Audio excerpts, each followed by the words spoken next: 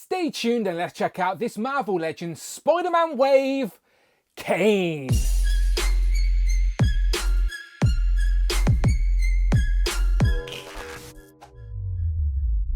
Pow and welcome back to the channel, Dan Who Reviews. As always, my name is Dan W. Make sure you are following me on Instagram at It's Dan Who. And remember now you can hit that join button and become a channel member as well. Either show some love or join the members club. Much appreciated. Today we continue checking out the Marvel Legends Spider-Man wave of 2025. And if you are a fan of that 90s clone saga story, then you have been patiently waiting for this one.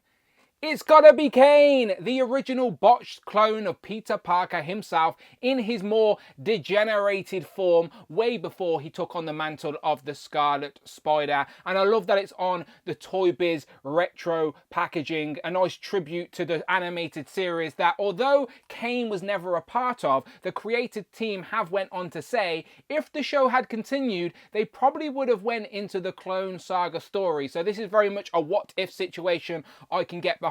We get Imperfect Clone up there, Marvel's Kaine picture on the side, on the back another picture of all the other figures in this wave I am currently reviewing on the channel, so make sure you check them out. And then the write-up says, as the first of Jackal's attempts to clone Peter Parker, Kaine was left with conflicted feelings towards both his maker and Spider-Man. So without further ado, let's get him open.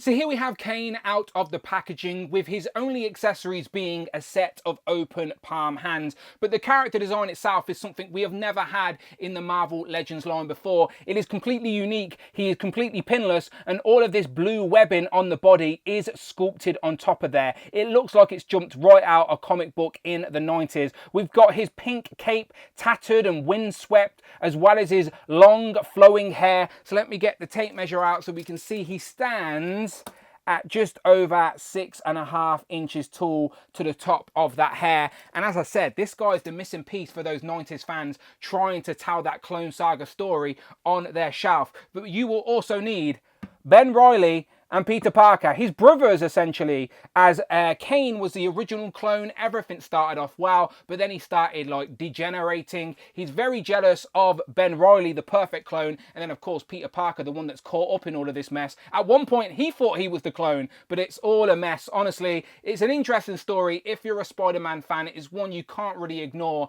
as these guys definitely pop up in different places as they both take on the mantle of the Scarlet Spider, as at some point Kaine obviously sort of sorts himself out and then wears this costume and calls himself the Scarlet Spider in Houston as a tribute to Ben Reilly when they thought he was dead. So yeah, technically these two are the same character in different timelines and different generations but still both of them are Kaine Parker. But this is the costume design that people have been waiting for. Very 90s, story driven, and it genuinely looks really good.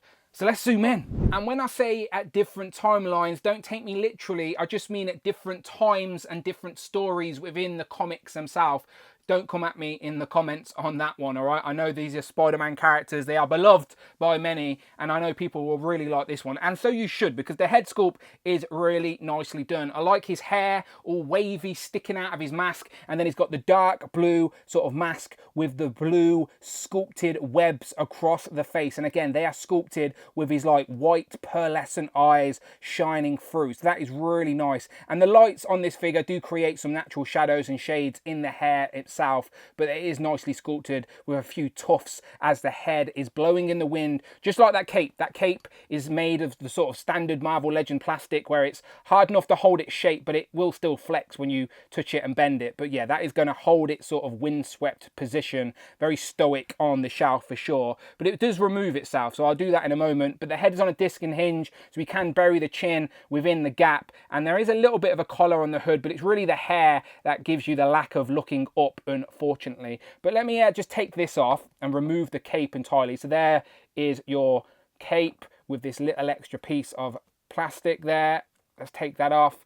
And then let's put the CAD back on. So now we have Kaine Parker without his cape, and that gives us a better look at the body and see what we're dealing with. So you get a pop of pink up there, but all of this blue is sculpted on the body. All of these web lines throughout the whole thing are sculpted and textured to touch. Really nicely done. Double jointed pinless legs, double jointed pinless elbows, and then you've got the spikes on both elbows, on the spikes on both lower legs as well. Really nicely done. And even on the back, you get some more continued web work as well on the arms and legs. Not so much on the back, but that will get covered by the cape, of course. And then you get the spikes on the front. Now, the articulation, I didn't notice, but he does have butterfly joints. So even though the body's new, they have given butterfly joints. So that is appreciated there. So it does give you that little bit of extra more range when leaning and forward. You've got your standard arms, where the shoulders will go all the way around, biceps swivel, double jointed pinless elbows. Again, we love to see it. And then the waist sort of articulation is your swivel with the crunch. So the crunch forward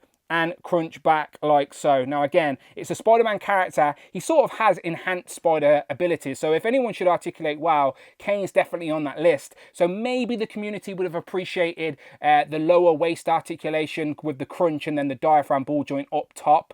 But again, for me, I still think he looks really good and absolutely an accurate representation of the character design. I just know Spider-Man fans are going to want to make the most out of posing this guy. So maybe a different articulation scheme might have pleased more people. But the legs will go out way past 90. Then you've also got the double jointed pinless elbows with great range. You can kick his own butt. You've got the thigh swivel, no boot rotation or anything like that, but you have got your ankle pivot and rocker, and the legs go out about that much. Okay, so decent articulation, I think. Better than standard, but probably not as much as a Spider-Man character is worthy of. But again, the design itself is so nice. So let me take that back off, show you how easy it is to put the cape back on. Just get that piece of plastic up and over the arm, over the head, peg. There's that back on. And then here we have our Kaine Parker ready for action once again. He honestly looks great. For the record, the head isn't loose. I just didn't pop it on properly, so ignore that, okay? Here we have his set of fisted hands, and again, even though the cape looks like it's hindering that upper articulation, because it's not actually attached or pegged in anywhere, and this is a separate piece, you can still get the arms up for poses, and the cape will just get up and out of the way as well. So yeah, I don't mind that at all. So you get your two fisted hands out of the box, but we also get a set of open expressive hands. Now I think these are the same hands that we usually get with our Falcon bodies, so they're just sort of more two open hands, but we definitely needed at least one for Kaine, so we could obviously touch you and give you the mark of Kaine. So if you haven't read the Clone Saga, it's definitely something you should seek out as a Spider-Man fan. At the time, it was a bit controversial. People didn't really like the fact there was another Spider-Man, but I think over time, people have come to love it that little bit more, and Kaine is obviously a big part of that. So his two creators, if you will, we have the Jackal himself, who looked a little bit different during that era, but this is the Marvel Legends version that we have, and then that's the Renew Your Vows Spider-Man. And one more time, both are Scarlet Spiders. Remember, these two are the same character. Here we have a couple of different Spider-Man body types. We've got the 60th anniversary body and then the sort of original pizza Spider-Man. Now, I recently reviewed Spider-Boy on the channel, but during that comparison segment, I forgot I had this Ultimate Spider-Man, which is on a very similar body. So sorry, Kaine, but just stand there for a second as I pose these two together. Spider-Boy is just a smidge taller, and that may be due to the trainers, but essentially it's the same sort of body type, just it's now pinless. So yeah, if that makes you curious, there you go. So let's get back to Kaine for some bigger characters. We have Rhino and Venom. I found this other costume for Ben Reilly, and then we have Craven, because I believe Kaine was part of the Last Hunt story. Maybe. Here we have a couple of females with Mary Jane and Gwen Stacy, another character that always gets caught up in the clone nonsense. And never for any particular reason, here we have the 20th anniversary Captain America and Iron Man. Here we have two of the other figures I have reviewed in this recent Spider-Man wave. We have Agent Venom and Spider-Man Unlimited. And yes, of course, Chameleon is around as well, up to mischief, I am sure. And then let's wrap up with Frogman and Tigra, some of the Who crew, and I don't know what's going on with Hydra Bob. I think it was Chameleon this whole time. And then last but never least, we have Captain Britain and Festive, Hal, Fire, Hank.